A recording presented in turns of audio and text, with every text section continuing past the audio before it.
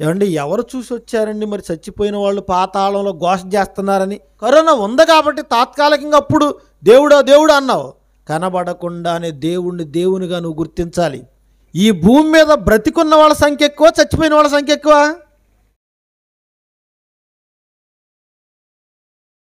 మీ కుమారుల ద్వారా మీరు మాకు తండ్రి, మేము మీకు బిడ్డలు అన్న విషయాన్ని తెలియజేశారు. మరలా తండ్రి, కొన్ని సంగతులు మీ గ్రంథం నుంచి మీ పక్షాన్ని నిలబడి ఆలోచన చేస్తూ ఉండగా మా అందరి మనోనేత్రం వెలిగించండి. కేవలం విని విస్మరించే వారిగా ఉండకుండా విన్న మాటలనైనా వారి బ్రతుకులో మీ చెంతకు ఫలం తీసుకుని వచ్చే భాగ్యాన్ని దయచేయండి. ప్రతిఫలంగా మా అందరికీ పరలోకాన్ని దయచేయమని వేడుకుంటూ క్రీస్తు వారి పుణ్యనామమున ఈ ప్రార్థన అడిగి వేడుకుంటున్నాం మా తండ్రి, ఆమేన్. దేవుని మహాకృపను బట్టి మరి కాకర్ల గ్రామంలో సువార్త చేయటానికి ఈ సమయాన్ని మాకు అనుగ్రహించిన తండ్రి అయిన దేవునికి, అలాగే స్థానిక సంఘ కాపరి గారికి, అలాగే గ్రామస్తులైన మీ అందరికీ, ఆయా ప్రాంతాల నుంచి వచ్చిన మీ అందరికీ క్రీస్తు పేరిట శుభములు తెలియజేసుకుంటున్నాం. ప్రియులారా, ఈరోజు భూమి మీద బ్రతుకుతున్న మనం అంతా కూడా మన దైనందిన జీవితంలో ఎన్నో వస్తువులు మన జీవితానికి అవసరమై ఉన్నవి.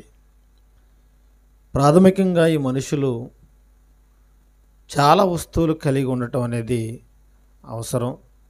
ఆ వస్తువులో ప్రధానంగా మన ఆకలి తీర్చేవి, మన దాహం తీర్చేవి, మన శరీరానికి కావలసిన బట్టలు, ఉండటానికి అవసరమైన ఇల్లు, ఇవన్నీ కూడా ప్రాథమికంగా అందరికీ అవసరం అండి. అవసరమా కాదా? ముందు మనిషికి ఏం కావాలండి? ఆహారం కావాలి, త్రాగటానికి నీళ్లు కావాలి, కట్టుకోవడానికి బట్టలు కావాలి, ఉండటానికి ఇల్లు కావాలి.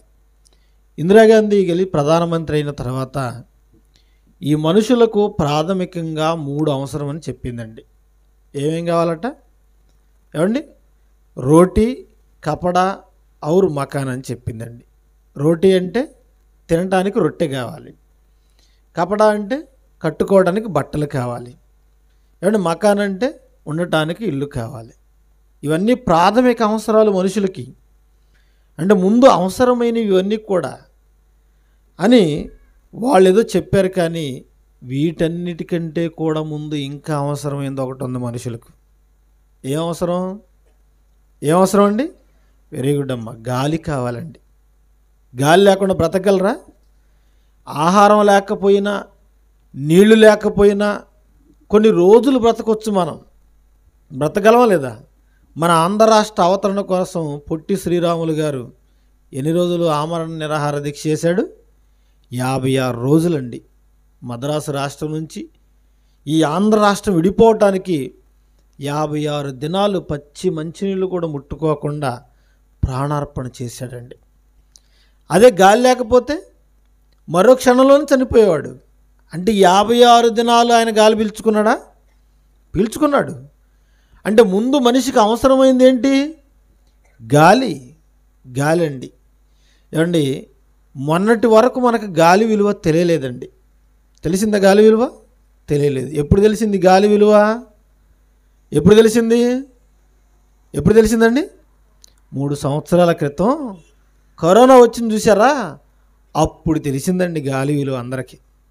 అండి, వీటన్నిటినీ మనం నీటిని, ఆహారాన్ని, ఇంటిని, బట్టలను డబ్బులు పెట్టి కొనుక్కుంటాం, కానీ ఎప్పుడైనా గాలిని కొన్నామా? లేదండి. ఎప్పుడు కొనుక్కున్నాం? కరోనా వచ్చిన తర్వాత కొనుక్కున్నామండి. అర్థమైంది మీకు? కరోనా వచ్చిన తర్వాత కొనుక్కున్నాం. ఎంత పెట్టి కొన్నాం? రూపాయా? 2 రూపాయల? లక్షలు పెట్టి కొన్నారండి. దేన్ని? గాలినండి. దానినే వైద్య పరిభాషలో ఆక్సిజన్ అన్నారండి. ఆక్సిజన్ ఇది కంటికి కనిపించేది కాదు. ఆక్సిజన్, హైడ్రోజన్, నైట్రోజన్ ఈ 3 కలిసి ఏమంటే గాలిగా రూపాంతరం చెందుతాయి. దీన్నే మిశ్రమ పదార్థం అని అంటామండి. దీన్నే ఆమ్లజన్ అంటారు. ఈ ఆమ్లజన్లో ఏమున్నాయి? ఆక్సిజన్ ఉంది, హైడ్రోజన్ ఉంది, ఏమండి, అలాగే నైట్రోజన్ కూడా ఉంది. ఏమండి, కార్బన్ డైఆక్సైడ్ అంటే మనం లోపలికి పీల్చుతున్న తర్వాత బయటికి వదిలేసేది కార్బన్ డైఆక్సైడ్, లోపలికి పీల్చుకునేది ఆక్సిజన్, ఆమ్లజని. ఈ గాలిని ఎన్ని లక్షలు పెట్టి కొనుక్కున్నారండి కరోనాలో.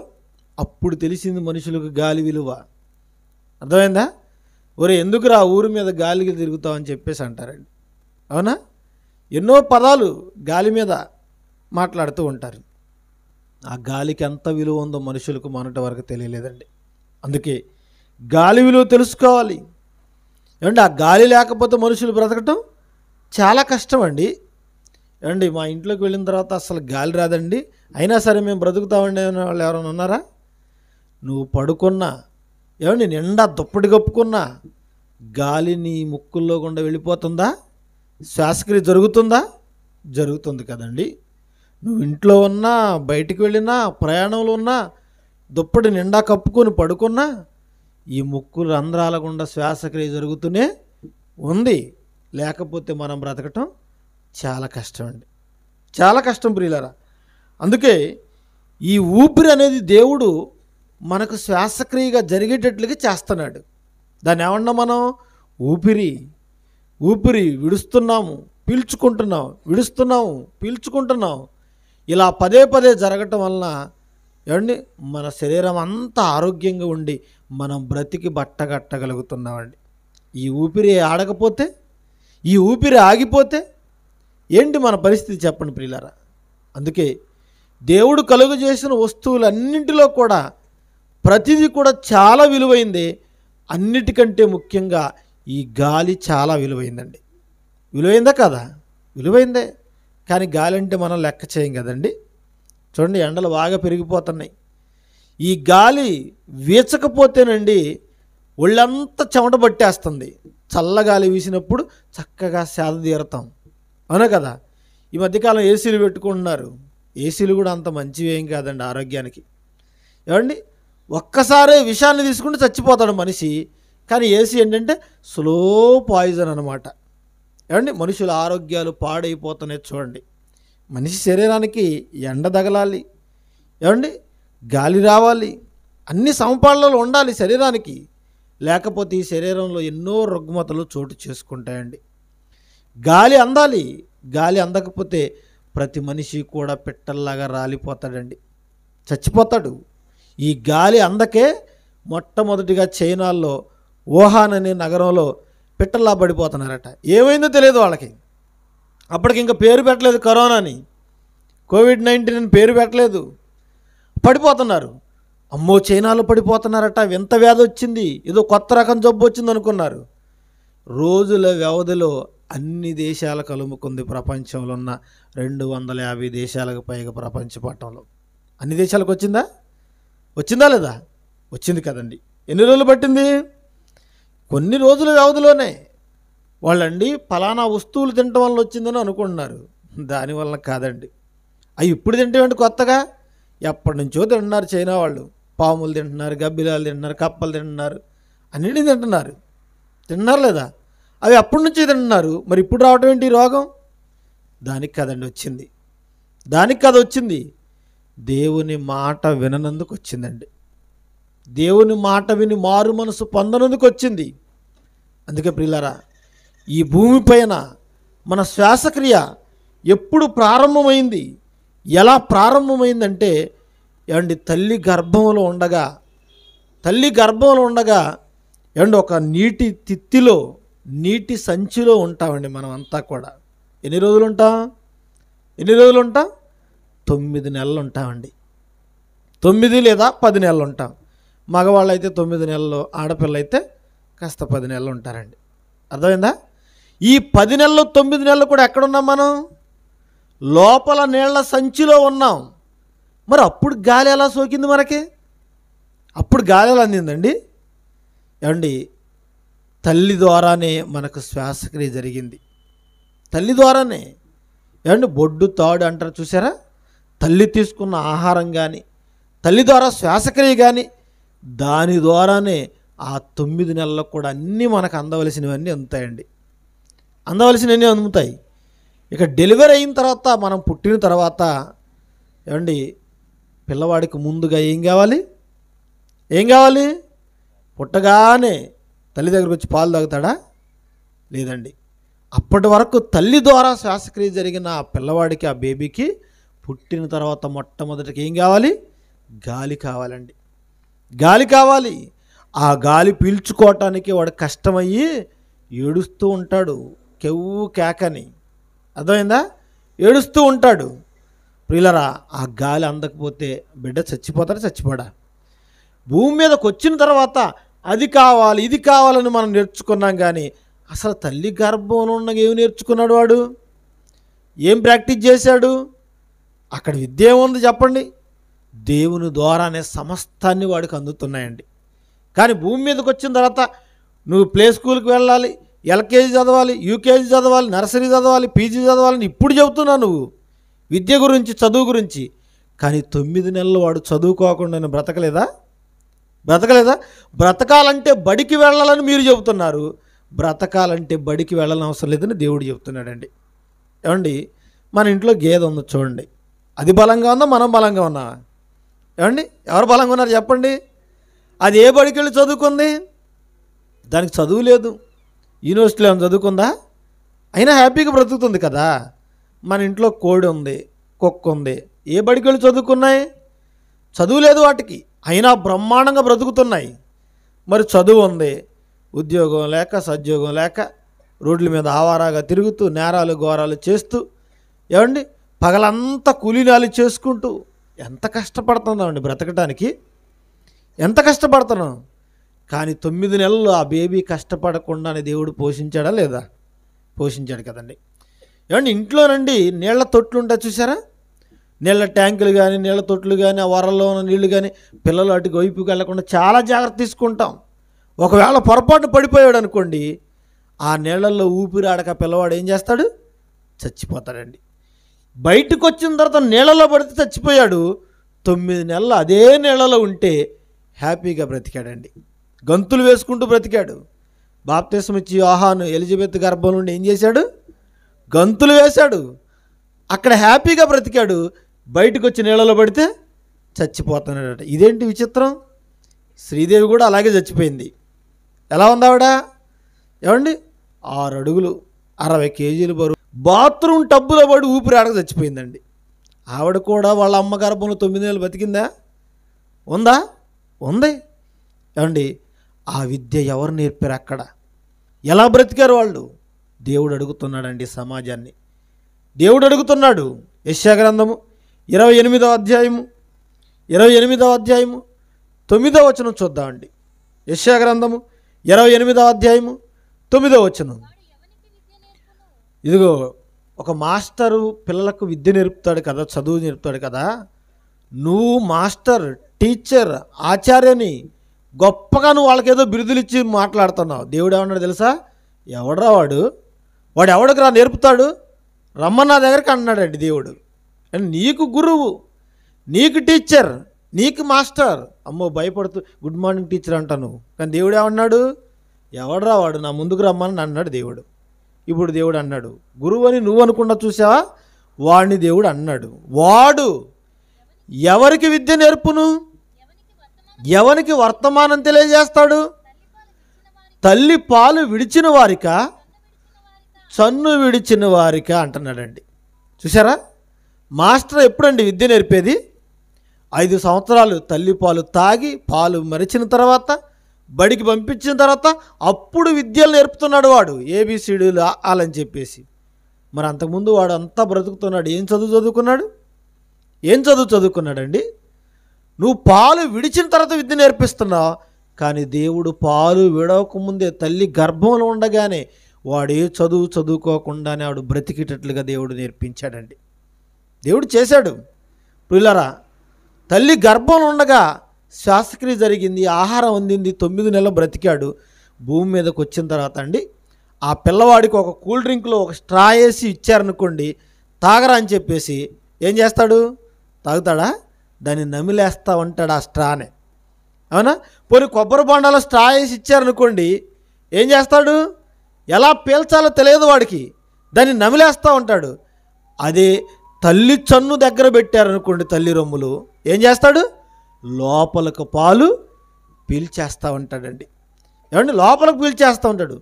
మరి అదే విధానం ఆ స్ట్రా దగ్గర ఉపయోగించవచ్చు కదా, కానీ అక్కడ ఉండదండి. అంటే ఈ విద్య ఎవరు నేర్పారు వాడికి? ఎవరు నేర్పారు?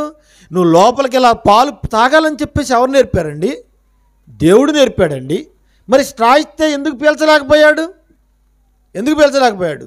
ఈ విద్య ఆల్రెడీ దేవుడే ట్రైనప్ చేసి పంపించాడండి. ట్రైనప్ చేసి పంపించాడు. ప్రియులరా, అంటే 9 నెలలు తల్లి గర్భంలో బ్రతికాడు. బయటకు వచ్చిన తర్వాత ఏ బడిలో చదువుకోకుండానే తల్లి పాలు ఎలా పీల్చుకోవాలన్న సంగతి వాడికి అర్థమైందా? ఎవరు నేర్పారండి వాళ్ళకు? దేవుడండి, దేవుడు. ప్రియులరా, అలాగే బయటకు వచ్చిన తర్వాత గాలి పీలుస్తున్నాడు చూసారా? ఏ బడిలో చదువుకున్నాడు? ఇది ఎరిగిన దేవుడు అసలు భూమి మీద మనిషి అన్నవాడు పుట్టకముందే ఇతనికి గాలి అవసరమని ముందుగానే దేవుడు గాలిని చేశాడా లేదా? చేశాడా? అందుకే తల్లి గర్భం నుంచి అలా బయటికి రాగానే గాలి రెడీగా ఉందండి ఈ సృష్టిలో. అందుకే గాలి పీల్చుకుంటున్నాడు, స్వేచ్ఛగా బ్రతకగలుగుతున్నారు. ప్రతి జీవి బ్రతకాలంటే ప్రాథమికంగా ఏం కావాలి? గాలి కావాలి. ముందు నీరు ఆహారం కంటే ముందు ఏం కావాలి? గాలి కావాలండి. ప్రియులారా, ఈ గాలి దేవుని కృప వలన మనం అంతా పొందుకున్నామండి. చూడండి, చక్కగా చెట్లు ఆకులు కదులుతున్నాయి. దాన్ని బట్టి ఏమనుకుంటాం మనం? గాలి వీస్తుందని చెప్పేసి అనుకుంటాం కదండి. ఈ గాలి దేవుడు ఆపేశాడు అనుకోండి, ఏం చేస్తాం మనం? ఏమంటే రేపు ఈరోజు చాటింపు వేశారు, టామ్ టామ్ వేశారు. రేపు ఈ కాకరలో గాలి అందదు అన్నారు అనుకోండి, ఎక్కడికి వెళ్తారు? మోటాముల్లే సర్దుకొని తిరువురు వెళ్తారు. ఎల్లుండి తిరువురులో అందదు అన్నారు అనుకోండి, మరుసటి రోజు ఎక్కడికి వెళ్తారు? కొత్తగూడెం వెళ్తారు. అలా ఎన్ని ప్రాంతాలు తిరుగుతారు? అంటే నువ్వు ప్రపంచంలో ఎక్కడికి వెళ్ళినా నీకు గాలి అందేటట్లుగా దేవుడు చేశాడా లేదా? చేశాడా? చేశాడు కదండి. మరి ఆ గాలికి ఏమైనా బిల్లు కట్టావా? నువ్వు బిల్లు కట్టావా? మరి ఇంట్లో గాలి ఆడటానికి ఫ్యాన్ తిప్పుకుంటున్నావు, దానికి బిల్లు కట్టావా లేదా? అంతే, ఇంట్లో పెట్టుకున్న గాలికేమో బిల్లు కట్టావు, బయట పెట్టిన గాలికేమో బిల్లు కట్టలేదు. మరి దేవుడు గాలి పన్నేస్తే నీ మీద ఏం చేస్తావు? ఏం చేస్తావు?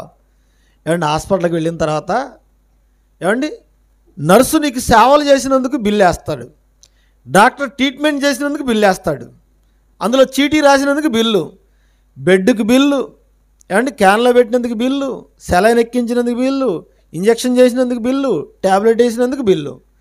చివరకు నువ్వు హాస్పిటల్ నుంచి డిశ్చార్జ్ అయ్యేటప్పుడు బయటకు వస్తావు చూసావా, అప్పుడు గాలికి కూడా డాక్టర్ గారు బిల్లు వేస్తాడండి. ఆక్సిజన్ సిలిండర్ పెట్టారా? ఏమండి, మనకు శ్వాసక్రియ జరగకపోతే ఏమండి ఆక్సిమీటర్ పెట్టి చెక్ చేస్తారు. ప్రతి మనిషి కూడా 95 కంటే ఎక్కువ ఉండాలండి. ఏమండి, ఇది పల్స్ రేట్ అన్నమాట. అందుకే కరోనాలో అందరూ 2000 పెట్టి చిన్న మీటర్ కొనుక్కొని అందులో బ్యాటరీలు వేసుకొని ప్రతి క్షణం చెక్ చేసుకున్నారన్నమాట. అంతకంటే తగ్గిపోతే చచ్చిపోతారు, ప్రమాదంలో ఉంది. అంటే మా చర్చిలో ఒక అన్నయ్యకి కిషోర్ అని 60కి పడిపోయిందండి ఆయన పల్స్ రేటు. మేమంతా కంగారు అయిపోయాం. ఇదిగో మన సుధాకర్ గారు కొంతమంది సహోదరులు ఉట్టిన విజయవాడకు తీసుకువెళ్ళారండి. తీసుకెళ్ళిన తర్వాత ట్రీట్మెంట్ ప్రారంభమైంది. అప్పుడు పల్స్ రేటు పెరుగుతూ వచ్చింది. సజీవుడిగా బ్రతికి మన మధ్య ఉన్నాడండి. అదే ఇంకా డౌన్ అయిపోతే చచ్చిపోతాడు కదా, చచ్చిపోతాడు.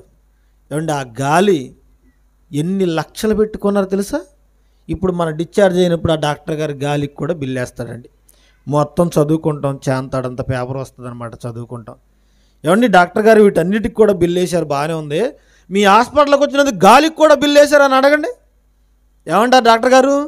ముందు నీ గాలి మాటలు కట్టి పెట్టి గాలికి బిల్లు కట్టి ఇంటికి వెళ్ళి అంటాడు. కట్టకపోతే పంపిస్తాడా? పంపిస్తాడా? పంపించరు కదండి. అంటే హాస్పిటల్కి వెళ్ళిన తర్వాత నీకు గాలి విలువ తెలిసింది, కరోనా వచ్చిన తర్వాత గాలి విలువ తెలిసింది. ఏమండి, గాలిని లీటర్లో కొలుస్తారండి వాళ్ళు, వైద్య భాషలో చెప్తున్నారన్నమాట. ఏమంటే గాలికి బరువు ఉందని రాబర్ట్ బాయిలు ఈ పక్కన ఒక బెలూన్ కట్టి, ఈ పక్కన ఏమండి పగిలిపోయిన బెలూన్ కట్టి ఈ గాలికి బరువు ఉందని మనకు నిరూపించాడుగా, త్రాసులాగా కట్టి. అంటే గాలికి బరువు ఉంది, గాలి లేకపోతే మనం చచ్చిపోతాం. ఆ గాలిని కొనుక్కోవాలి అవసరమైనప్పుడు. ఢిల్లీ, హర్యానా ప్రాంతాల్లో నుండి ఏమండి అక్కడ కొన్ని ఆక్సిజన్ సెంటర్లు పెట్టారండి. ఆల్రెడీ అమెరికాలో ఎప్పుడో పెట్టారు. ఎందుకంటే ఈ భూమి మీద మంచి గాలి లేదు. అక్కడికి వెళ్ళి డబ్బులు కట్టి ఒక గంట సేపు ఆ గాలి పీల్చుకొని బయటకు వస్తాం అనమాట. అర్థమైందా? ఎందుకంటే ఇదంతా కాలుష్యం పెరిగిపోయింది.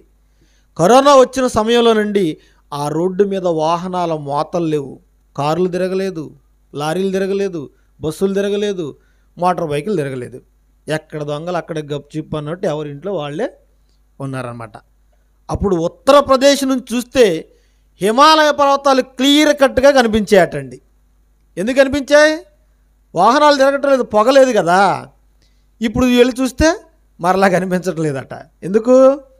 పొల్యూట్ అయిపోయింది అంతా కూడా, కాలుష్యం పెరిగిపోయింది. ఆ గాలి అండి, ఏమంటే ఆ గాలి లీటర్లో కొలుస్తారట దాన్ని.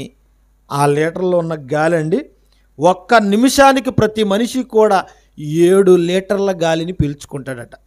ఎన్ని లీటర్లు? ఒక్క నిమిషానికి 7 లీటర్ల గాలి అండి. మనం ఒక్కసారి పిలిస్తే ఒక 1/2 లీటర్ గాలి వెళ్ళిపోతుంది మన లోపలికి, మనకు తెలియదు.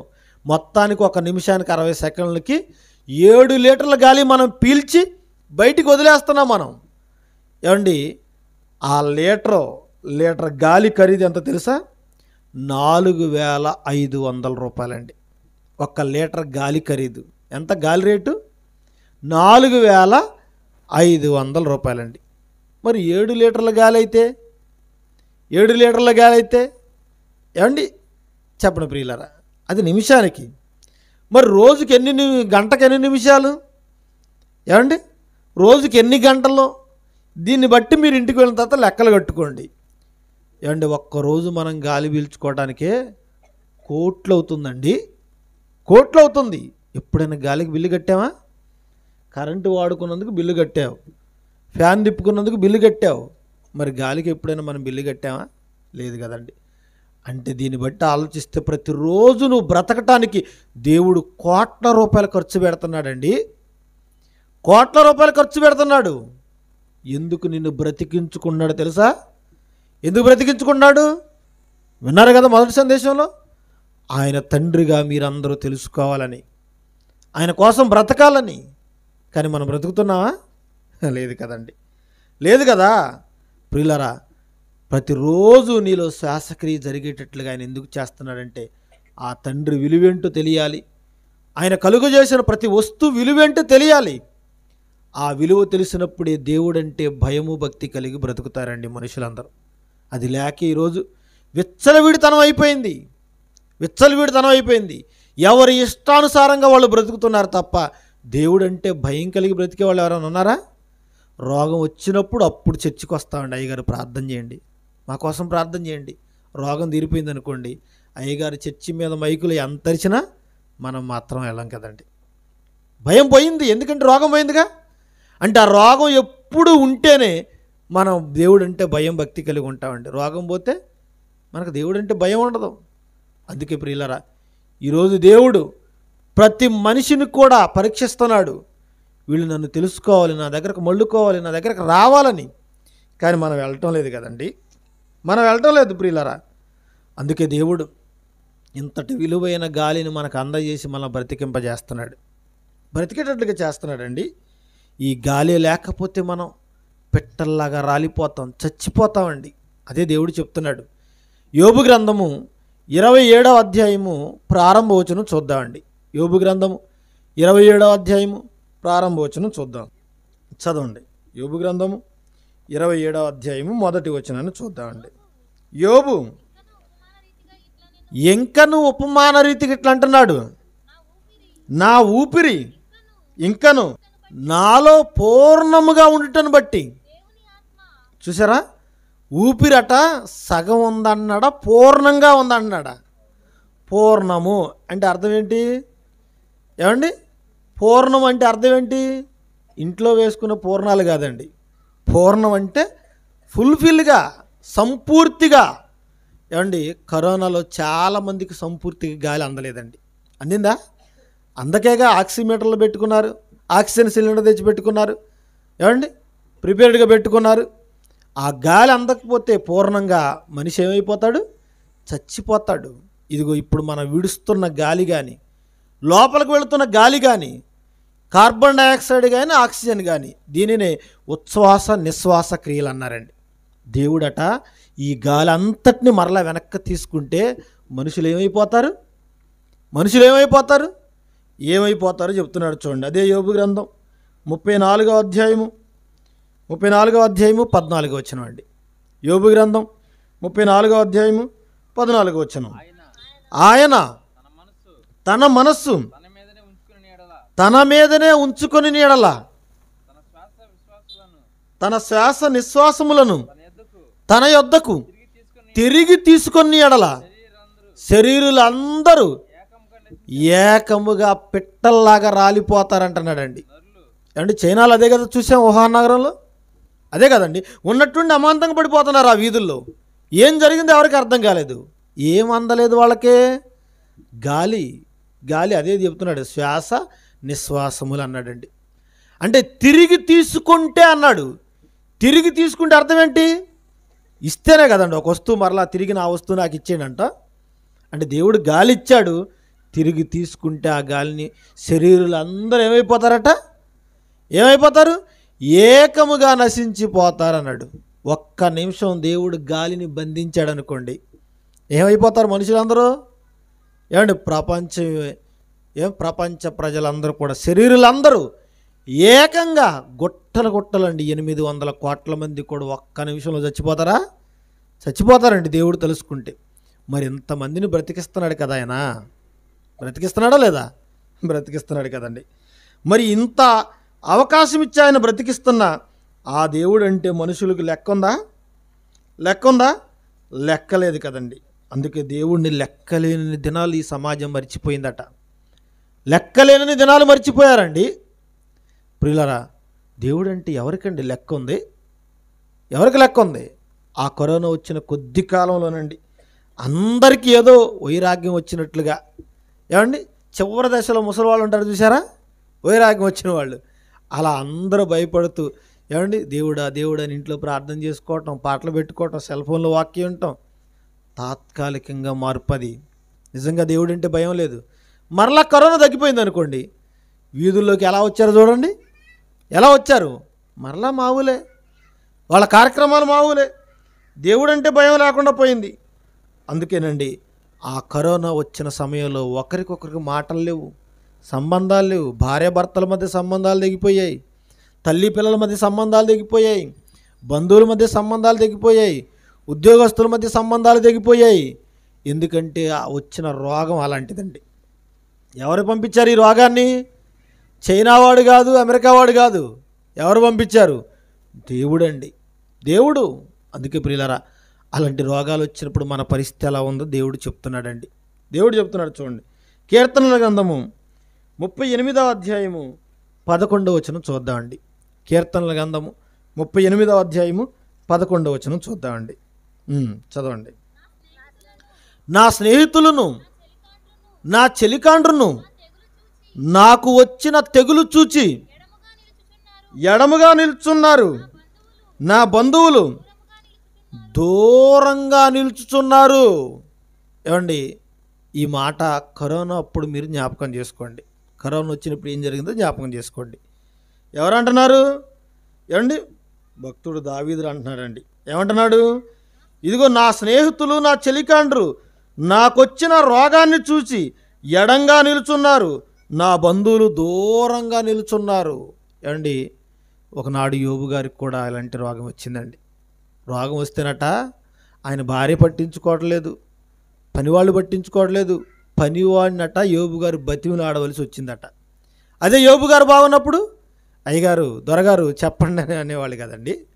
కానీ రోగం రాగానే పనివాడిని బతిమలాడినా కానీ యోబు గారి దగ్గరికి రాలేదట. అంటే మనం కూడా ఇప్పుడు బాగున్నాం, కానీ మన ఇంటిలో వాళ్ళే మనకు రోగం వస్తే మనం పట్టించుకోరు. మీకు ఆ సంగతి తెలుసా? పట్టించుకోరండి. ఈ ముసలోడు ఏంటి పొద్దాక విసికిస్తున్నాడని చెప్పేసి గుక్కడి మంచినీళ్ళు కూడా ఇవ్వమండి, నోరు మూసుకు అంటాం. చూసారా? అంటే మన వాళ్ళకే మనం ఏమైపోయాం? అసహ్యం. నా ఊపిరి నా భార్యకే అసహ్యం అయిపోయింది అన్నాడు యోబు గారు. మరి అన్నీ ఉన్నప్పుడు బాగానే తిన్నది కదండి, బాగానే అనుభవించింది కదా. ఒక్కసారి మంచంలో పడితేనండి నీ భార్య నిన్ను అసహించుకుంటుంది. అర్థమైందా? ఈ మాయదారి వచ్చినోడు ఉన్నోడు కాదు, పోయినోడు కాదు. విసిగించుకున్నాడు మమ్మల్ని చంపుతున్నాడని చెప్పేసి అంతకాలం నువ్వు భర్త వలన సకల భోగాలు అనుభవించినా అతన్ని నువ్వు అసహించుకుంటా. కరోనాలో ఇదే జరిగిందండి. ఏమండి, ఎవరన్నా కలుసుకొని మాట్లాడుకున్నారా? కర్ఫ్యూ విధించినట్లుగా ఎవరి కాళ్ళు ఒంటరిగానే. ఎందుకంటే నీ బంధువులు, నీ స్నేహితులు దూరంగా నిలుచున్నారు. ఏమండి, టీవీలో చూసాం కదండి, కన్న బిడ్డకు కరోనా వస్తే పాలు ఇవ్వవలసిన తల్లి దూరంగా నిలబడి రోధిస్తుంది తప్ప ఆ పిల్లవాడి దగ్గరికి వెళ్ళి పాలు ఇచ్చిందా? ఇచ్చే పరిస్థితి లేదండి, ఇచ్చే పరిస్థితి లేదు. భర్తకు వస్తే ఆ చీకటి గదిలో పెట్టేశారు, భార్యకు వస్తే ఈ గదిలో పెట్టేశారు, ఇంట్లో పిల్లలకు వస్తే వేరే గదిలో పెట్టేశారు. ఎవరికి వాళ్ళే యమునా తీరన్నట్లుగా దూరం ఎడమైపోయారు. ఎవడైనా ఒకవేళ పొరపాటున వేరే ఊరు నుంచి వచ్చాడు అనుకోండి, అబ్బో ఇక వాడు రాగానే ఎంత ఎంక్వైరీ అండి. పోలీసులు ఇంటికి వచ్చేవాళ్ళు, వీడు ఎక్కడి నుంచి వచ్చాడు, ఎవరెవరిని కలిసి వచ్చాడు, ఎక్కడికి వెళ్ళాడు, ఏం కొన్నాడు, అన్నీ ఎంక్వైరీ చేశారా లేదా? మరలా వాడికి పరీక్షలో ఒక వారం 10 రోజులు క్వారంటైన్లో ఉండాలి. ఎందుకంటే వీడు ఏదైనా అంటించుకొని వచ్చే తెగులు మన ఊరంతా అంటుకుంటుంది. అవునా? ఒకప్పుడు ఈ వ్యాధులకు పేర్లు తెలియక గత్తర వచ్చిందనేవాళ్ళండి. అంటే పేర్లు తెలియక ఈ ఊరి మీద గత్తరబడ అనేవాళ్ళు కదండి. ఈ తెగులను చూసి ఏం చేస్తున్నారట ఈ స్నేహితులు, బంధువులు?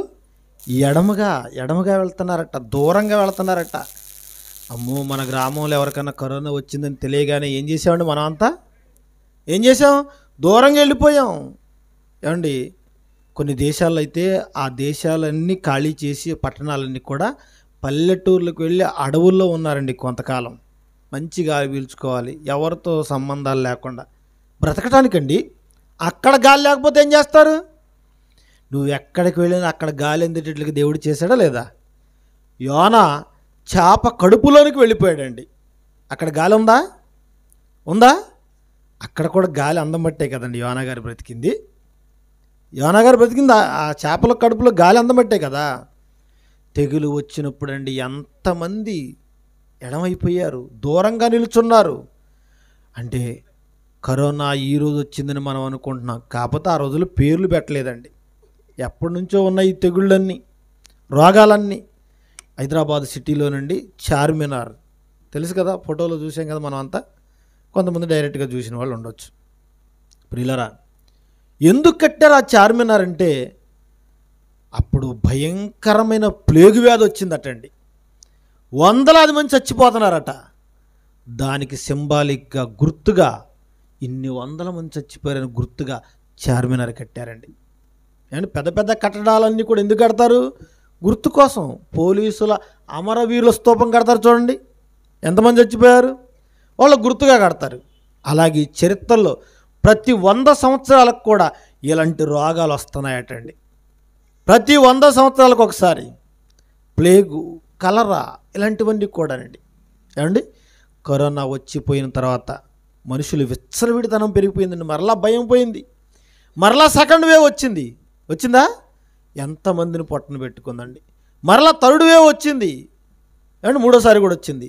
అమ్మయ్య, పేడ విరగడైపోయింది, పోయిందని చాలామంది అనుకుంటున్నారు. కానీ ఇప్పటికీ కరోనా పోలేదండి. చూస్తున్నారు కదా న్యూస్, కేసులు ఉన్నాయి. దానివల్ల మరొక రకం వ్యాధులు వచ్చాయి. Black fungus, yellow fungus, monkey fungus ఇలాంటివన్నీ వస్తున్నాయి కదండి. కరోనా వచ్చిన తర్వాత ఎవరిలో సరైన ఆరోగ్యం లేదండి. ఉందా?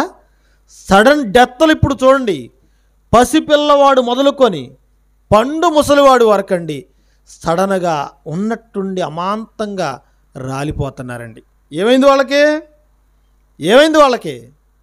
ఏమండి, కార్డియాక్ అరెస్ట్ అండి.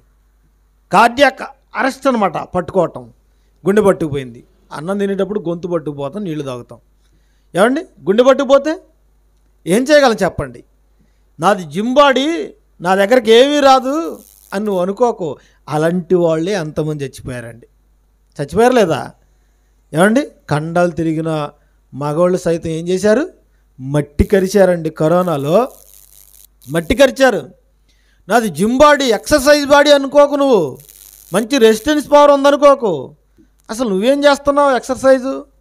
ఆ కన్నడ సినిమా సూపర్ స్టార్ ఒకడు ఉన్నాడండి, ఏం పేరు వాడి పేరు? పునీత్ రాజ్ కుమార్ అండి. ఏమంటే పునీత్ రాజ్ కుమార్ వాళ్ళ నాన్న ఉన్నాడండి ఇంకొక ఆయన. ప్రియులరా, ఒకరోజు ఇలాగే జిమ్కి వెళ్ళి చేస్తున్నాడట బాడీ బిల్డింగ్. ఉన్నట్టుండి కార్డియాక్ అరెస్ట్ అయిపోయి ఏం చెప్పేప్పుడు నేల రాలిపోయాడండి. అలాగే తారకరత్న చచ్చిపోయాడు. ఇంకెంతమంది చచ్చిపోయారు చూడండి. ఈ మధ్యకాలంలో యువకులు కూడా, చిన్న పిల్లలకు కూడా న్యూస్లో చూస్తున్నారు కదా, ఉన్నట్టుండి అమాంతంగా నేల కూలిపోతున్నారండి. ఏంటి దీనికి కారణం? కార్డియాక్ అరెస్ట్ అయిపోయింది గుండె, శ్వాసక్రియ జరగటం లేదు. దేవుడు అదే చెప్తున్నాడు, ఈ గాలి మొత్తాన్ని తిరిగి నా దగ్గరకు తీసుకుంటే శరీరులందరూ ఏకముగా నశించిపోతారన్నాడు. నశించిపోతారట. అంటే దేవుడు అంటే విలువ లేదండి సమాజానికి. దేవుడు కలుగు చేసిన ప్రకృతి అన్నా కూడా విలువ లేదు. నీ జీవితంలో ఇదే చివరి రాత్రి అయితే, ఇదే చివరి క్షణం అయితే, ఈ స్థితిలో మరణిస్తే నువ్వు ఎక్కడికి వెళ్ళగలవు? అందుకే మిగిలిన జీవిత కాలంలో ఎంతకాలం ఉందో మన ఆయుష్ మనకు తెలుసా? తెలియదు కదండి. దేవుడంటే భయం భక్తి కలిగి బతకాలి. ఎవరు బ్రతుకుతున్నారు? కరోనాలో కళ్ళ ముందే మన ఊర్లో ఎంతమంది వెళ్ళిపోయారు. నువ్వే ఎందుకు బ్రతికున్నావు? ఇంకా అర్థం కాలేదు కదా నీకు? అర్థం కాలేదు కదా? నీకు వాళ్ళని పాఠంగా చూపించడానికి దేవుడు నీలో శ్వాసక్రియ ఇంకా జరిగిస్తున్నాడు. ఎందుకంటే ఆ మరణాలు చూసైనా నువ్వు మారాలని. అంటే మన కళ్ళ ముందే ఒకటి చావు మనకేంటట? పాఠం, గుణపాఠం. చచ్చిపోయిన వాళ్ళ లిస్టులో నువ్వు ఉంటే పరలోకం వెళ్ళగలవా? దేవుని చేరగలవా? నీకు ఇంకా ఎందుకు సమయం పొడిగించాడంటే వాడిని చూసైనా నువ్వు మారాలని. ప్రియులారా, లాక్డౌన్ పెట్టారు కదండి. లాక్డౌన్ పెడితే మమ్మల్ని రోడ్లు ఎక్కనివ్వరా, స్వేచ్ఛగా తిరగనివ్వరా అని చెప్పేసి ప్రభుత్వం మీద తిరుగుబాటు చేసి వాళ్ళందరూ చచ్చిపోయారండి. ఏమండి, దేవుడు చెప్తున్నప్పుడు వినాలా వద్దండి? వినాలి కదండి. వినకుండా ఇష్టానుసారంగా తిరిగారు, వాళ్ళందరూ పోయారండి. దేవుడు చెప్తున్నాడు, ఆగరా, కొద్ది కాలం ఆగరంటే నేను ఆగను, నేను పుల్ని, నేను సింహాన్ని, నన్నేం చేస్తుంది అని చెప్పేసి తిరిగారండి. వాళ్ళందరూ ఉన్నారు. ఇప్పుడు దేవుడు చెప్తున్నాడు, ఆ తెగులు వచ్చినప్పుడు జాగ్రత్తగా ఉండు, ఇంటిలోంచి బయటికి రావద్దు అని హెచ్చరిక చేస్తున్నాడండి. చూడండి, యెషయా గ్రంథము 26వ అధ్యాయము 21వ వచనం చూద్దామండి. యెషయా గ్రంథము 26వ అధ్యాయము 21వ వచనం చూద్దాం. నీవు వెళ్ళి నీ అంతఃపురంలో ప్రవేశించుము, నీవు వెళ్ళి నీ తలుపులు వేసుకొనుము, ఉగ్రత తీరిపోవు వరకు కొంచెం సేపు దాక్కునుండి అంటున్నాడండి. ఎంతసేపు? కొంచెం సేపు అంటే ఎన్ని సంవత్సరాలు ఉన్నాం మనం? 3 సంవత్సరాలు ఉన్నామండి. First wave, second wave, third wave ఉన్నావా? దేవుడు కొంచెం అన్నాడని చెప్పేసి అలా వెళ్ళి బయటికి రావడం కాదండి. అర్థమైందా? ఏమండి, ఉగ్రత తీరే వరకు దేవుని ఉగ్రత, దేవుని కోపం, దేవుడు ఉగ్రుడుగా ఉన్నాడండి. ప్రియులరా, ఇంట్లో భార్యను భర్త కొడుతున్నాడు అనుకోండి, పిల్లలందరూ ఏం చేస్తారు? తలుపు చాటుకి వెళ్ళి దాక్కుంటారండి. ఎందుకంటే అక్కడికి వెళ్తే మధ్యలో వేళ్ళకు పడతాయి. అర్థమైందా? దేవుడు కోపంగా ఉన్నప్పుడు కూడా అంతే. ఎవడైనా బయట కనిపించాడా, ఉగ్రత వాడి మీదకు వస్తుంది. అందుకే నువ్వు అంతఃపురంలోనికి వెళ్ళు, నీ ఇంటిలోకి వెళ్ళు, తలుపులు వేసుకో, కొద్దిసేపు దాక్కు అన్నాడండి. మనం ఏమనుకుంటున్నాం? ఏమండి, మా స్వేచ్ఛను హరిస్తుంది ప్రభుత్వం అని చెప్పేసి రోడ్లు ఎక్కారండి. రోడ్లు ఎక్కిన వాళ్ళందరూ చచ్చిపోయారా లేదా? చచ్చిపోయారు కదండి. అందుకే దేవుడు చెప్తున్న మాట, ఆనాడు కానీ ఈనాడు కానీ తెగులు వచ్చిందా జాగ్రత్త, తలుపులు వేసుకో, బయటికి రావద్దు. ప్రియులరా, వైజాగ్లో నుండి గ్యాస్ లీక్ అయిందండి. చాలామంది అపస్మారక స్థితిలోకి వెళ్ళిపోయారు. ఏమండి, భోపాల్లో మీథేన్ గ్యాస్ లీక్ అయింది. పసిపిల్లలు మొదలుకొని పండు ముసలి వాళ్ళ వరకు జంతువులు కూడా రాత్రికి రాత్రి చాలామంది చచ్చిపోయారండి. శ్వాసక్రియ జరగక. ప్రియులారా, ఈ గాలి విలువ మీకు తెలియటం లేదు కదా, ఈ వాయువు విలువ మీకు తెలియట్లేదు కదా. మనం కొనుక్కునే వాయువులు కూడా ఎంత రేటు పెట్టి కొనుక్కున్నామండి. ఇంట్లో గ్యాస్ సిలిండర్ ఉంటుందండి, అది కూడా ఒక వాయువే. ఎంత పెట్టుకున్నారు ఇప్పుడు చెప్పండి? గ్యాస్ సిలిండరు 14 కేజీల గ్యాస్ ఉంటుంది ఆ సిలిండర్లో, ఇంకా పెద్దవి ఉంటాయండి. ఇప్పుడు ఇంట్లో వాడుకునే ఆ 14 కేజీల సిలిండరు ఎంత పెట్టుకున్నారు చెప్పండి ఆడవాళ్ళు? ఎంత పెట్టుకుంటున్నారు? 1350 పోయింది. ఆ తర్వాత 1200, 1100. ఇప్పుడు మోడీ గారు 100 రూపాయలు తగ్గించారండి, 830 రూపాయలు. ఈరోజు 2 గంటల నుంచి అది ప్రారంభమైందనమాట. ఎందుకు? ఎలక్షన్ల దగ్గర పడ్డాయి కదా. ఎలక్షన్లు అయిపోతే మరలా మీకు కోటానే మరలా పెంచేస్తాడు. అంటే 14 కేజీల గాలిని, ఒక వాయువుని నువ్వు కొనుక్కుంటున్నావు కదా 100 రేటు పెట్టి. ఇందా చెప్పే కదా లెక్క. ఏమంటే 1 లీటర్ గాలి ఎంత? 400 రూపాయలు. ఏమంటే నిమిషానికి 7 లీటర్లు పీల్చుకున్నా నువ్వు. 7 × 420 ఏమండి? 60 నిమిషాలకి ఎంత? 24 గంటలకి ఎంత? సంవత్సరానికి ఎంత? దేవునికి ఎంత రుణపడి ఉన్నామండి మనం? ఎంత రుణపడి ఉన్నాం? ఆ భూమిపైన నీకు అందుతున్న ఈ శ్వాస దీని విలువ తెలియటం లేదు నీకు. దేవుడంటే భయం లేదు నీకు. అందుకే దేవుడు ప్రతి మనిషిని కూడా తన దగ్గరకు చేర్చుకోవాలని మన జీవితంలో ఆయుష్కాలాన్ని ప్రసాదించాడు. ఇది తెలియక మనం ఏమనుకుంటున్నాం? నేడు జరిగినట్లే రేపు నిశ్చయముగా జరిగిన ఏం చేస్తున్నాం మనం? యథావిధంగా తప్పులు చేస్తూ, పాపాలు చేస్తూ భయం లేకుండా బ్రతుకుతున్నామండి. భయం లేకుండా బ్రతుకుతున్నాం. అందుకే ఎక్కనైనా మీరు మారాలని దేవుడు మీకు ఆయుష్కాలాన్ని ఇచ్చాడు, ఆరోగ్యాన్ని ఇచ్చాడు. ఇది తెలుసుకుంటే నువ్వు బ్రతుకుతావు. ఒకవేళ భూమిపైన తుది శ్వాస, నువ్వు ఆఖరి శ్వాస విడిచిపెట్టావా, ఇక నీ పరిస్థితి ఏంటి? అగమ్య గోచరం. ఎవరు నిన్ను కాపాడతారు? ఏమండి, మనుషులు చచ్చిపోయే ముందు చూడండి, గట్టిగా గాలి పీల్చుకుంటారండి అని చెప్పేసి. ఇక ఆ శ్వాస విడిచిపెట్టారా, ఇక వాళ్ళ పని అయిపోయినట్లే. దాన్ని ఏమంటారు? తుది శ్వాస, చివరి శ్వాస అంటారు కదండి. ఏమండి, భూమిపై తుది శ్వాస విడిచిపెట్టావా, ఇక ఆ తర్వాత పాతాళంలో నీకేముంటుంది? శ్వాస ఉండదు, అక్కడ ఘోష ఉంటుందండి. ఏం ఘోష? నరఘోష అనుకోకండి. ఏమండి, ఇల్లు కట్టుకున్నారనుకోండి, నరదిష్టి నివారణ యంత్రం పెడతారు ఒకటి. అదేం చేస్తుంది చెప్పండి? అదే ఇల్లు కట్టి పెట్టుతుందా చెప్పండి? ఆ దాన్ని పోయాడు ఎవడో చూస్తాడండి. చూస్తే ఏంటి నష్టం? ఏమండి, ఆ దిష్టి అట ఆ బొమ్మ మీదకి వెళ్ళిందట, ఇంటి మీదకి రాదట. ఏమండి, ఎంతమంది చూస్తే ఏంటండి చెప్పండి? ఆ కట్టిన బిల్డింగ్ ఏమైనా పడిపోద్దా? లేదు కదండి. ఆటోలు వెనక, వాహనాల వెనక రాస్తున్నారు ఏమని? నరఘోష నీకొక నమస్కారం అంటున్నారండి. ఎందుకురా నన్ను చూసి ఏడుస్తావు అన్నట్లుగా. ఏమండి, ఎంతమంది చూస్తే ఏమవుతుందండి? నీకేమైనా నష్టం కలుగుతుందా? ఏం కలగదు. చూడండి, కళ్ళు ఉంది ఎందుకంటే చూడటానికి కదా. నువ్వు వేరే వాడి వాహనం వైపు చూడలేదా? ఇది మాత్రం చెప్పడండి. ఏమంటే, వీడి వాహనం మీద ఎవరు దృష్టి పడకూడదట, వీడు మాత్రం అందరి వాహనాలు చూడొచ్చట. చూడండి ప్రియులారా, నరఘోషకట నల్లరాయి కూడా బద్దలైపోతుందట. ఏమంటే, అలా అనుకుంటే పెద్ద పెద్ద కొండలు ఉన్నాయి చూసారా, మనం ఇల్లు కట్టుకుని కంకర తెచ్చుకుంటాం కదా, కొండలే కదా పగలగొట్టేది.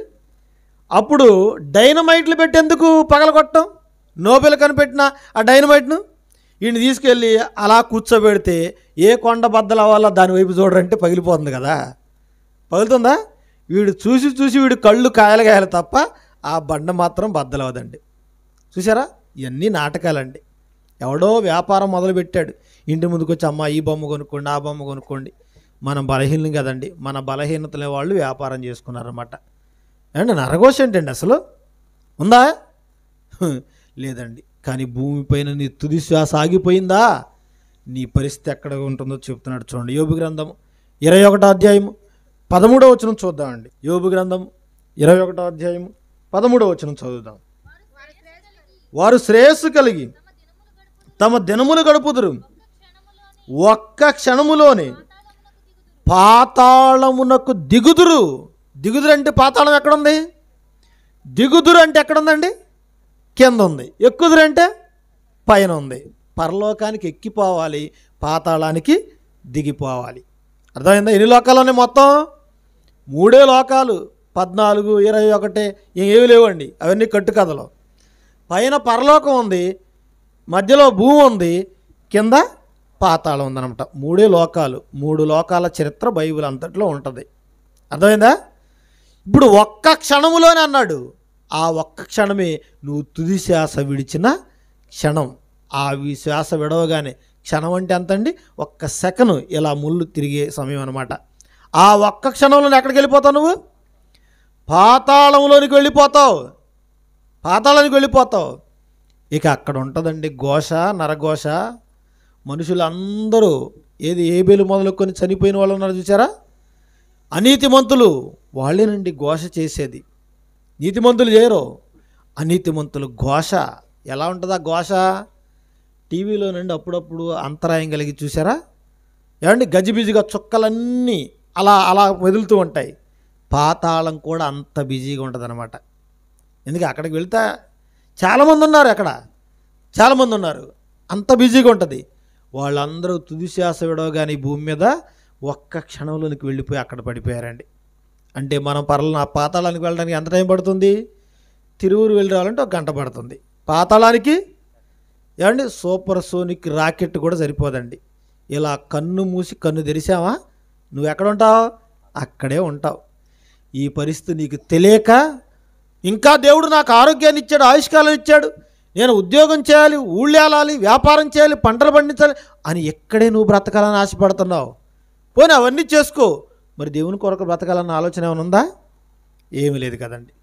నేడు జరిగినట్టు రేపు నిత్యముగా మరీ జరుగుతుందని నువ్వు బేరాలు పలుకుతున్నావు తప్ప మరో క్షణమే నీది కాదని నీకు తెలుసా? నీకు తెలుసా? ఆ క్షణంలో కన్ను మూస్తేనండి మన పరిస్థితి ఏంటి చెప్పండి ప్రియులారా, మన పరిస్థితి ఏంటి? ఏమండి ఎవరు చూసి వచ్చారండి మరి చచ్చిపోయిన వాళ్ళు పాతాళంలో ఘోష చేస్తున్నారని అని అడుగుతున్నారు చాలామంది. నువ్వు చూసి వచ్చావా? ఏమండి నేను చూడలేదు. చూసి వచ్చినా అని చెప్తే నమ్మాలా వద్దా? నమ్మాలి. ఎవరు చూసి వచ్చారు?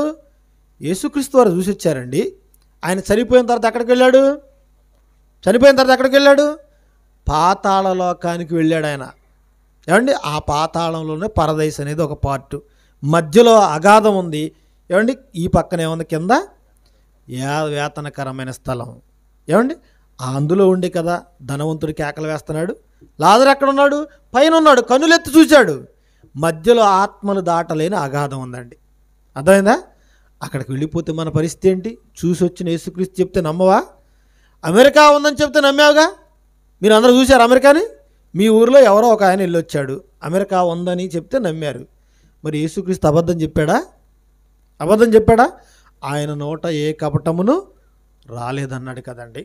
అబద్ధం చెప్పడాయన, అన్ని వాస్తవాలే, నేనే సత్యమని అన్నాడు కదండి. మరి ఆయన పాతాళం ఉందని చెప్తే నమ్మవా? నమ్మవా?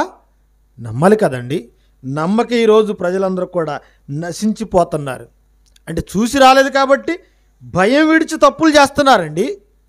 భయం విడిచి తప్పులు చేస్తున్నారు. అందుకే అక్కడ జరిగే విషయాలు నీకు కొన్ని దేవుడు కనబడకుండా వినబడకుండా చేశాడండి. అంతెందుకు ఈ భూమి మీద మనం అనుభవించే కనబడుతున్నాయి, మనకి కనబడుతున్నాయా? వినబడుతున్నాయా? పోనేమన్నా లేదు కదండి.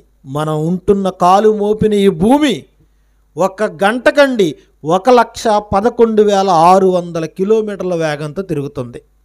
ఏమండి ఎక్కడైనా భూమి శబ్దం వినపడుతుందా? రైలు పోతుంటే దడదడ దడదడ దడదడ అంటుందండి. ఆకాశం విమానం పోతే ఓరెత్తిపోతుంది. కానీ భూమి అంతకంటే వేగంతో తిరుగుతుంటే ఏ రోజైనా మీకు శబ్దం వినిపించిందా? అంటే భూమిని దేవుడు ఏం చేశాడు? సౌండ్ ప్రూఫ్గా చేశాడండి. సౌండ్ ప్రూఫ్, శబ్దం వినపడకుండా చేశాడండి. అంటే ఎంత వేగంతో తిరుగుతున్న దేవుడు తిప్పుతున్నాడు. నీకోసమే కదా, నీకోసమే కదా. నాకు కనబడలేదు, వినబడలేదు. ఎవరు చూసి వచ్చారండి నరకని అనుకున్నావా? చూసి వచ్చిన యేసుక్రీస్తు చెప్పాడు. మరి ఎందుకు నమ్మవు నువ్వు? ఎందుకు నమ్మవు? ప్రియులారా నమ్మాలి. ఏమండి ఆ కేకలు, ఆ గోల ఎందుకు నీకు వినపడకుండా చేశాడు తెలుసా? అది ఇన్ను మారాలని కాదు, అది విని భయం వేసి మారాలని కాదు. నువ్వు చూడకుండానే, నీకు వినబడకుండానే దేవుడంటే నీకు నువ్వుగా యథార్థంగా భయము భక్తి కలిగి బ్రతకాలండి. ఆయన నా కన్న తండ్రి నన్ను పోషిస్తున్నాడు అని బ్రతకాలండి, భయం భక్తి కలిగి. అందుకే నీకు కొన్ని కనబడకుండా వినబడకుండా చేశాడండి. ప్రియులారా నేరం చేసిన వాళ్ళని పోలీస్ స్టేషన్లోకి తీసుకెళ్లారు. ఇప్పుడు 3rd డిగ్రీ అప్లై చేస్తున్నారు. ఏమండి ఆ గదిలో పెట్టి లోన వాడిని కుమ్మేస్తున్నారు అనుకోండి. వామ్మో ఓరు నాయనో ఓరు దేవుడు అని అరిశాడు అనుకోండి. ఇప్పుడు బయట ఉన్నవాడు ఏమనుకుంటాడు? అబ్బో నాకు తర్వాత ఇదే గతి అనమాట అని వీడు భయపడతా ఉంటాడు, వీడు జాగ్రత్త పడతా ఉంటాడు, చేసిన తప్పును ఒప్పుకుంటాడు. అర్థమైంది? ఎందుకు? ఆల్రెడీ ఒకడు శిక్షలో ఉన్నాడు, వాడు అరుస్తున్న కేకలు వీడు విన్నాడు. అర్థమైందా? అప్పుడు బుద్ధి వచ్చి ఏం చేస్తాడు? అయ్యా తప్పు అయిపోయిందయ్యా, ఇద్దరం కలిసే చేసామయ్యా, ఒప్పుకుంటున్నానయ్యా, నన్ను విడిచిపెట్టండి అంటాడు. ఎందుకు? ఈ కేకలు వినబడుతున్నాయి కాబట్టి. ఏమంటే ఎక్కడో ట్రైన్ ప్రయాణం చేస్తున్న మనకు శబ్దం వినపడటం లేదా? రోడ్డు మీద పోయే మోటార్ వాహనాల శబ్దం వినపడటం లేదా? మరి పాతాళంలో కేకలు ఎందుకు వినపడటం లేదు? కేకలు వేస్తున్నారు, పాతాళంలో వేస్తున్నారు. బెస్ట్ ఉదాహరణ మనం చూసాం కదండి, ఎవరో ధనవంతుడు కేకలు వేస్తున్నాడా? మనం వినపడ్డా ఏ రోజైనా? ఎందుకు నీకు వినపడకుండా చేశాడు తెలుసా? నువ్వు అది వింటే నీకు తాత్కాలికంగా మార్పు వస్తుంది. ఒకవేళ వినపడకపోతే అసలు నీకు భయమే ఉండదు. కరోనాలో లాక్డౌన్ పెట్టారు, కరోనా ఉంది కాబట్టి తాత్కాలికంగా అప్పుడు దేవుడు అన్నావు. ఆ కరోనా పోయిన తర్వాత మరలా విచ్చలవిడితనం నీలో వచ్చిందా లేదా? అందుకే దేవుడు నిన్ను భయపెట్టి మార్చాలనుకోలేదండి, హృదయపూర్వకంగా ఆయన సేవించాలన్నాడు. నీ దేవుడైన యెహోవాని ఏం చేయాలా? నువ్వు సేవించాలి పూర్ణ హృదయంతో అన్నాడు. అంతేగాని కళ్ళ ముందు కనబడుతున్న వాటిని చూసి కాదండి, కనబడకుండానే దేవునిగా నువ్వు గుర్తించాలి, దేవుని గుర్తించాలి. లేకపోతే కళ్ళ ముందు చూస్తున్న వాటిని చూసి భయపడి కాదండి. ఏమండి, నువ్వు చూడకుండానే నీ తుది శ్వాస ఆగిపోతే నీ పరిస్థితి ఏంటి చెప్పండి ప్రియులారా? దేవుడంటే ప్రతి మనిషి భయపడి బ్రతకాలి. ఎందుకంటే ఆయన పోషిస్తున్నది దేవుడు మనలను, ప్రపంచ పోషకుడు ఆయనే. ఏమండి, నీ కళ్ళ ముందు ప్రతిదీ చూపించి నిన్ను మార్చాలనుకోవట్లేదు ఆయన. కనబడకపోయిన దేవునిగా నువ్వు గుర్తించి మారాలనుకుంటున్నారు. ఒకవేళ ఈ క్షణమే నీ తుది శ్వాస ఆగిపోతే నీ పరిస్థితి ఏంటి? పాతాళంలో ధనవంతులు ఎలా కేకలు వేస్తున్నాడో నీ పరిస్థితి కూడా అంతే. అందుకే దేవుడు అలా మార్చుకోవాలనుకోవట్లేదండి, స్వేచ్ఛగా ఆయన నమ్మాలనుకుంటున్నాడు. ఏమండి, ప్రకృతి అంతా మన మీద ఎందుకు తిరగబడుతుంది? ఏమండి, గత సంవత్సరం 23లో మిచాంగ్ తుఫాను వచ్చింది.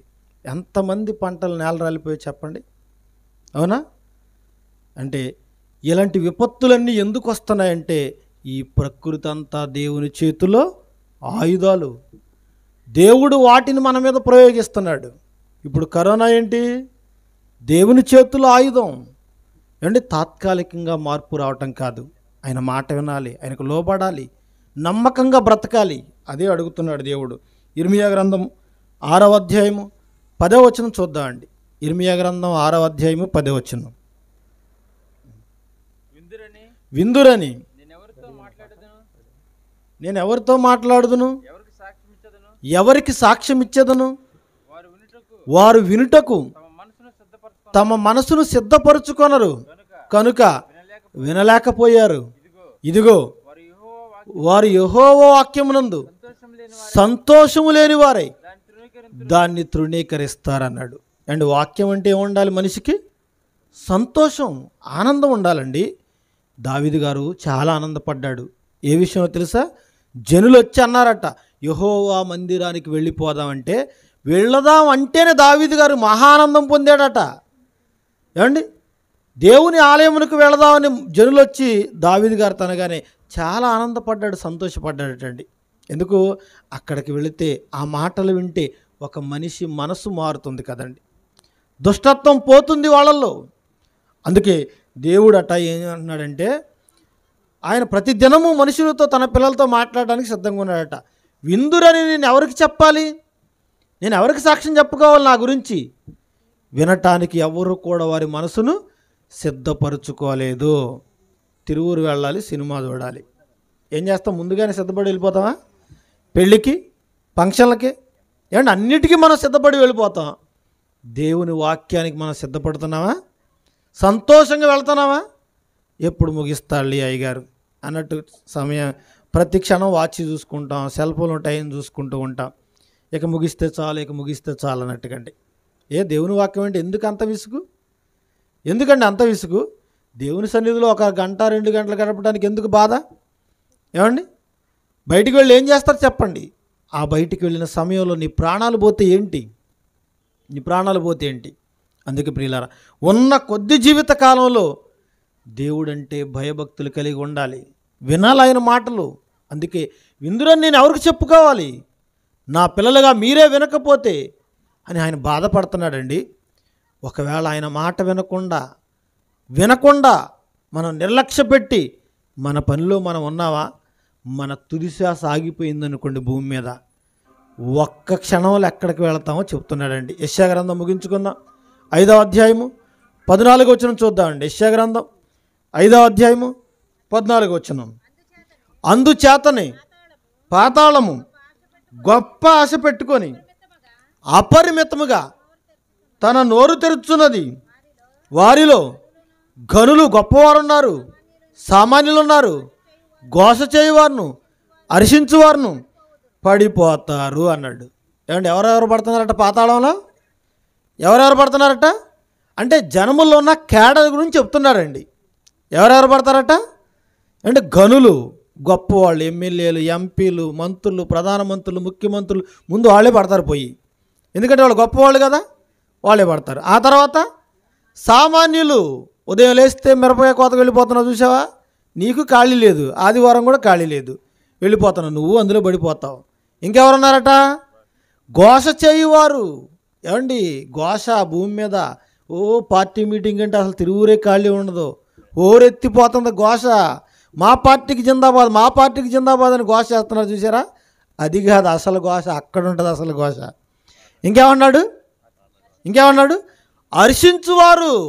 ఎవరండి హర్షించువారు? ఏమండి ఇంటికి వెళ్ళగానే జబర్దస్త్ ప్రోగ్రాం వస్తుంది చూసారా, అక్కడ అందరూ ఆనందంగా హర్షించటమే. అందులో ఆడవాళ్ళు లేదు, మగవాళ్ళు లేదు, ఎన్ని జోకులు వేసుకుని నవ్వుతున్నారు చూడండి ప్రియులారా. ఏమండి అక్కడికి వెళ్తే నవ్వులే నవ్వులు. అలా నవ్వుకుంటే నీ జీవిత పరమార్థం నీకు తెలుస్తుందా? ఏమండి నవ్వే వాళ్ళ దగ్గరికి వెళ్తే తెలియదు. విందు జరుగుతున్న ఇంటికి పోవటి కంటే ప్రలాపించేవారి ఇంటికి వెళ్ళు. నీ జీవితపు విలువ తెలియాలంటే నీ కళ్ళ ముందు ఒకడు ఈడ్చేవాడి కన్నీటి విలువ నీకు తెలియాలి. అందుకే అక్కడికి వెళ్ళమంటున్నాడండి. ఏమండి ఇప్పుడు ఆ జబర్దస్తులు బాగా నవ్వుకున్నారు చూసారా, ముందు వాళ్ళే వెళ్ళి పడతారండి. ఇక అక్కడ నవ్వుకోవడానికి ఏముండదండి అక్కడ. అంటే భూమి మీద నవ్వు ఎంత ప్రమాదకరమో అక్కడికి వెళ్ళిన తర్వాత అర్థమవుతుంది. అక్కడికి వెళ్ళి అందరూ ఏం చేస్తారట? ఘోష ఘోష ఘోష. ఏమండి నా బాధ నేనెవరికి చెప్పుకోవాలి, ఈయన బాధ ఈయనెవరికి చెప్పుకోవాలి? ఎవరి బాధ వాళ్ళకే తీరదండి. భూమి మీద నాకు కష్టం వస్తే ఈయన చెప్పుకుంటాను, ఈయన కష్టం వస్తే నాకు చెప్పుకుంటాడు. ఇప్పుడు అందరికీ ఒకే రకమైన బాధ. ఎవరెవరితో చెప్పుకుంటారు? ఏమండి ఎవరెవరు చెప్పుకుంటారు? డోలు వెళ్ళాట మధ్యలతో చెప్పుకుందట, అమ్మ నీకైనా ఒక పక్కన వాయిస్తున్నారు, నాకైతే రెండు పక్కల వాయిస్తున్నారంటదట. అలాగే అక్కడికి వెళితే ఎవడి బాధ వాడికే వర్ణనాతీతం అండి. అక్కడికి వెళ్ళిపోయి పడిపోతారట. ఏమండి అపరిమితంగా ఏం చేస్తుందట పాతాళం? నోరు తెరుస్తుంది. ఏమండి అటవీ ప్రాంతాల్లో గొర్రెలు కానీ, మేకలు కానీ, ఆవులు కానీ, గేదెలు కానీ తోలుకెళ్తారు కదండి. ఎక్కడ ఉంటుందో కొండ చిలువ కనబడకుండా ఉంటుంది, ఏదో ఒక జంతువుని పడుతుందండి. దాని నోరు ఎంత ఉంటుంది? ఏదో చిన్నగా ఉంటుందండి. కానీ జంతువును మింగేటప్పుడు దాని నోరు ఎంత ఉంటుంది? అపరిమితం అయిపోయింది, విపరీతంగా తెరుచుకుంటుంది. పాతాళం కూడా అంతేనట, అపరిమితంగా నోరు తెరుచుతుంది. అంటే ఏబేలు మొదలుకొని ఎంతమంది చచ్చిపోయారు చెప్పండి. పాతాళంలో ఖాళీ లేదు అనదట. ఇంకా రాని కరోనాలో చచ్చిపోతే శ్మశానాలు ఖాళీ లేవండి. ఏమండి శ్మశానాల్లో హౌస్ఫుల్ బోర్డు పెట్టారు. ఒకడు అన్నాడు పిచ్చివాడు సినిమాలో డైలాగ్ అన్నాడు, నేను నరకటం మొదలు పెడితే పాతాళంలో కూడా హౌస్ఫుల్ బోర్డు వేయడట. ఏమండి పిచ్చివాడు వాడికి తెలియదు, అసలు వాడు పోయినా కానీ అది ఇంకా ఖాళీగానే ఉంటుంది. అర్థమైందా? ఈ భూమి మీద బ్రతికున్న వాళ్ళ సంఖ్య ఎక్కువ, చచ్చిపోయిన వాళ్ళ సంఖ్య ఎక్కువ? చచ్చిపోయిన వాళ్ళ సంఖ్య ఎక్కువ. ఏబేలు మొదలుకొని ప్రస్తుతం 800 కోట్ల మంది భూమి మీద బ్రతికున్న వాళ్ళు. ఏమండి జలప్రళయంలో ఎంతమంది చచ్చిపోయారు చెప్పండి? పాతాళానికి వెళ్ళిపోయారా? ఖాళీ ఉంది ఇంకా. ఆ తర్వాత వెంటనే సొదొమ గొమొర్రాలో ఎంతమంది చచ్చిపోయారు? హైతీ భూకంపాలు ఎంతమంది చచ్చిపోయారు? గుజరాత్ భూకంపాలు ఎంతమంది చచ్చిపోయారు? సునామీలు ఎంతమంది చచ్చిపోయారు? కరోనాలు ఎంతమంది చచ్చిపోయారు? 65 లక్షల మంది చచ్చిపోయారండి. వీళ్ళందరూ ఎక్కడికి వెళ్ళారు? పాతాళానికే. కానీ ఇంకా అపరిమితంగా నోరు తెరిచిందట. సినిమా హాల్కైనా హౌస్ఫుల్ బోర్డు ఉందే కానీ పాతాళానికి మాత్రం హౌస్ఫుల్ బోర్డు లేదు. ఎందుకు లేదు? దేవుని కోసం బ్రతకని వాళ్ళందరినీ మింగేయాలని అది నిన్ను వెంబడిస్తుంది. ప్రకటన గ్రంథంలో చెప్పాడు కదా, పాతాళలోకం వారిని వెంబడించింది అన్నాడు. పాతాళలోకం అంటే ఎక్కడో భూమి కింద ఉందనుకోకు, నీ చుట్టూనే తిరుగుతుంది అది, నిన్ను ఎప్పుడు మింగాలని చెప్పేసి. ఎలా మింగుతుందో తెలుసండి? ఎలా మింగుతుందో తెలుసా? పొద్దున్నే కాఫీ హోటల్కి వెళ్తామండి మనం. అండ్ అక్కడ అందరూ టీలు టిఫిన్లు చేస్తూ ఉంటారు కదా. ఆ కప్పులో ఉన్న టీ కానీ కాఫీ కానీ ఉంటుందండి, కొంతమంది తాగుతుంటే జుగుప్సాకరంగా ఉంటుంది. ఆ శబ్దాన్ని మనం భరించలేం, దూరంగా వెళ్ళిపోతామండి. ఒకడు వస్తాడండి, కప్పులో ఎక్కడో టీ ఉంటుంది అని లాగేస్తాడండి. ఆ శబ్దానికి మనం తాగబుద్ధి అవుతుందా? ఎవడరా ఎక్కడి నుంచి వచ్చాడు అనుకుంటాం కదండి. పాతాళ లోకం కూడా నిన్ను అలాగే లాగేస్తుంది. కప్పులో ఉన్న టీ నువ్వు లాగుతున్నావు కదా. ఆ మధ్యకాలం ఒక యాడ్ వచ్చిందండి, పిల్లలు ఎండలో ఆడుకుంటూ ఉంటాడు, సూర్యుడు స్ట్రా వేసి బుర్రలో నీరంతా లాగేస్తూ ఉంటాడు, చూసారా యాడ్? అలాగే పాతాళ లోకం ఎక్కడో దూరంగా ఉందనుకో, ఎక్కడున్నా నిన్నేం చేస్తుంది? ఒక్క క్షణంలో లాగేస్తుంది, ఒక్క క్షణంలో లాగేస్తుంది. ఎందుకంటే అపరిమితంగా శక్తి ఉంది దానికి, అపరిమితంగా నోరు తెరుచుకుంటుంది. అందుకే ప్రియులారా, పాతాళ లోకం ఉందని ఇక్కడ ఈ భూమి మీద ఉండగానే దేవుణ్ణి ఎందు భయం భక్తి కలిగి బ్రతకాలండి. ఒకవేళ ఈ తుది శ్వాస ఆగిపోయిందనుకో, నీ పరిస్థితి ఏంటి? విదేశాల్లో నుండి వ్యాక్యూమ్ క్లీనర్స్ అని వచ్చాయండి, ఇప్పుడు మన దేశానికి కూడా వచ్చాయండి. ఏమంటే ఆ తిరువూరు విజయవాడ పట్టణాలకు వెళ్ళిపోతానండి, కింద ఒక మిషన్ తిరుగుతూ ఉంటుంది. ఆ మట్టి డస్ట్ అంతా కూడా మిషన్ ఏం చేస్తుంది? లాగేసుకుంటుంది. ఇప్పుడు ఆ కిటికీలు ఉన్నాయి చూడండి, గుడ్డబెట్టి తుడిచిన ఆ కార్నర్లో ఉన్న మురికి పోదు, డస్ట్ పోదు. ఈ మిషన్ పెట్టగానే ఏం చేస్తుంది? లాగేసుకుంటుంది. సోఫా సెట్లు కానీ కారులో ఆ కూర్చుని ఇవన్నీ చూసారా, ఆ సీట్లు, ఆ కార్నర్లో ఉన్న మురికి రాదు. ఎప్పుడైతే ఈ మిషన్ అక్కడ పెట్టామో వెంటనే లాగేసుకుంటుందండి. అర్థమైందా? ఇదే నీకు అర్థమైతే, ఇదే నీకు టెక్నాలజీ అయితే, మరి పాతాళ లోకం ఇంకెంత టెక్నాలజీతో ఉండాలి చెప్పండి? నీకే ఎంత టెక్నాలజీ ఉంటే పాతాళ లోకానికి ఇంకెంత పవర్ ఉండాలి చెప్పండి ప్రియులారా? లాగేసుకుంటుంది, అది లాగేసుకుంటుంది. ఎవరెవరిని లాగేసింది? గనులు, సామాన్యులు, ఘోష చేసేవారు, హర్షించేవారు. రేపు మాపు మనం కూడా పడిపోతాం కదండి. అక్కడికి వెళ్లకుండా ఉండాలంటే ఏం చేయాలి? ఇక్కడే దేవుడు అంటే ఏంటో నువ్వు తెలుసుకోవాలి. లేకపోతే ఆ పాతాళం ఎలా ఉంటుందో తెలుసా? ఎలా ఉంటుందో తెలుసా? చూద్దామండి. మాటలతో చెప్తే మనకు భయం కలగదు, కానీ కాస్త దృశ్యరూపకంగానే చూస్తే భయం కలుగుతుంది. ఇక డైరెక్ట్గా పడితే ఇక మన పరిస్థితి ఎలా ఉంటుంది చెప్పండి? మన పరిస్థితి ఎలా ఉంటుంది? ఇది మీకు అర్థం కావటానికి దృశ్యరూపకంగా చిత్రీకరించబడిన పాట. ఇది శాంపిల్ అనుకోండి. ఒరిజినల్గా మీరు పాతాళంలోకి వెళ్ళి పడ్డారనుకోండి, ఆ ఆరని మంటల్లో ఉండగలరా? ఏమండి, ధనవంతుడు అదే మంటల్లో అప్పటి నుంచి ఇప్పటి వరకు కేకలు వేస్తూనే ఉన్నాడు, కాలిపోతూనే ఉన్నాడు. ఈ భూమిపైన మన తుదిశా సాగ్గానే పాతాళంలో ఏం ప్రారంభమవుతుంది? వెంటనే నరఘోష. నరఘోష, ఎవరి బాధ వాళ్ళకే వర్ణనాతీతం అండి. ఆ ఘోష నుంచి నువ్వు తప్పించుకోవాలంటే ఈ భూమి మీదే దేవుడంటే భయభక్తులు కలిగి బ్రతకాలండి. ఏమండి, ఇలా బ్రతకవలసిన మనుషులు దేవుడు లేడనే స్థాయికి ఎదిగిపోయారండి. దేవుడు లేడనే వాడిని ఏమన్నాడు దేవుడు? దేవుడు లేడని బుద్ధిహీనులు తమ హృదయంలో అనుకొందరు. అలాంటి బుద్ధిహీనులందరూ కూడా రేపు ఎక్కడికి వెళ్ళి పడతారు? ఆ నరకంలోనే, ఆ పాతాళంలోనే. అందుకే ప్రియులారా, అలాంటి విపత్కర పరిస్థితుల నుంచి మనం తప్పింపబడాలంటే ఈ ఉన్న కొద్ది జీవిత కాలంలో నుండి దేవుడంటే భయం భక్తి కలిగి బ్రతకాలి. అదే దేవుడు కోరుకుంటున్నది, అదేనండి దేవుడు కోరుకునేది. నీ నుంచి ఏది కోరుకోవట్లేదు ఆయన. ఏమండి, ఆయన కలుగు చేసిన సృష్టిని తేరగా అనుభవిస్తున్నాం మనం. గాలికి ఎప్పుడైనా బిల్లు కట్టామా? సూర్యుడికి బిల్లు కట్టామా? నేలకు బిల్లు కట్టామా? పంట పండించుకున్నాం. ఏమండి, ఆకాశంలో నక్షత్రాలకు బిల్లు కట్టామా? లేదు కదండి. ఇవన్నీ అనుభవిస్తున్నాం మనం. దేవుని కోసం నమ్మకంగా బ్రతకలేమా? దేవుని కొరకు యథార్థంగా బ్రతకలేమా? ఏమండి, ఇదేమైనా కష్టమా? లేదు కదండి. దేవుని దగ్గరే మనిషిని నెపములు చెప్తున్నాడు, అన్నింటి దగ్గర సాధించుకున్నాడు. కానీ ఒక్క దేవుని విషయంలోనండి మనిషికి రావటానికి తీరిక లేదు, వినటానికి ఓపిక లేదు, ఇవ్వటానికి మనసు లేదు. దేవుని దగ్గర అన్ని తప్పులు చేస్తున్నాడండి మనిషి. అందుకే ప్రియులారా, ఈ క్షణమే మన తుది శ్వాస ఆగిపోతే మన పరిస్థితి ఏంటి ఆలోచించుకుందాం. నా పరిస్థితి ఏంటి? మీ పరిస్థితి ఏంటి? మన అందరి పరిస్థితి ఏంటి? ఇంకా దేవుడు నీకు శ్వాసక్రియ జరిగేటట్లుగా నిన్ను ఈ భూమి మీద బ్రతికి బట్టగట్టగలిగేటట్లు ఉంచుతున్నాడంటే ఆయన కృప, ఆయన దయ, ఆయన కృప, ఆయనకు దీర్ఘశాంతం. నిన్ను తృణీకరిస్తున్నావా? హేళన చేస్తున్నావా? ఇది ఎప్పుడో చూసుకుందామనుకుంటూ వాయిదా వేస్తున్నావా? నేడే రక్షణ దినము, ఇదే మీకు అనుకూల సమయం అన్నాడండి. ఈ సమయం దాటిపోతే మరో క్షణం మనం ఉంటామో లేదో తెలియదు. కాబట్టి ఈ సమయం ఉండగానే మనం ఏం చేయాలి? మన ఆత్మలను కాపాడుకోవాలి.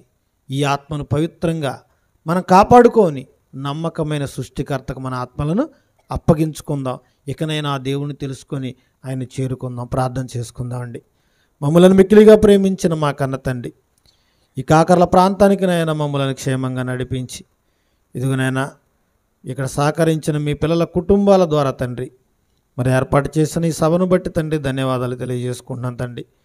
దీనికి కారకులైన మీ కుమారులు మా ప్రియులు తండ్రి ప్రతాప్ గారి కుటుంబాన్ని జ్ఞాపకం చేసుకోనండి. వారి బంధువులను జ్ఞాపకం చేసుకోండి తండ్రి. అలాగే సహకరించిన మరి సంఘ కాపరి గారిని జ్ఞాపకం చేసుకోనండి. వారికి మంచి ఆరోగ్యాన్ని దయచేయండి తండ్రి. అలాగే సంఘాన్ని జ్ఞాపకం చేసుకోనండి ఆయన. మీ గ్రామాన్ని జ్ఞాపకం చేసుకొని తండ్రి. ప్రతి ఒక్క బిడ్డకు ఆయుర ఆరోగ్యాలు దయచేయండి. ఇదిగోనైనా పరిపాలన చేస్తున్న అధికారులను జ్ఞాపకం చేసుకోనండి. మరి సభ తండ్రి సజావుగా జరగటానికి సహకరించిన ప్రతి బిడ్డను జ్ఞాపకం చేసుకొని వారిని వారి కుటుంబాలను దీవించండి. ఈ భూమిపైన తండ్రి మా తుది శ్వాస ఆగిపోతే పాతాళంలో నాయన నరులుగా మేమంతా ఘోష చేయవలసిన వారమై ఉన్నామని ఎన్నో హెచ్చరిక మాటలు నాయన మీ గ్రంథం నుంచి మాకు నేర్పించారు. అందును బట్టి కృతజ్ఞతలు. ఇక మీదట తండ్రి మిగిలిన కాలంలో తండ్రి మీ యందు భయభక్తులు కలిగి జీవించడానికి కృప అనుగ్రహించండి.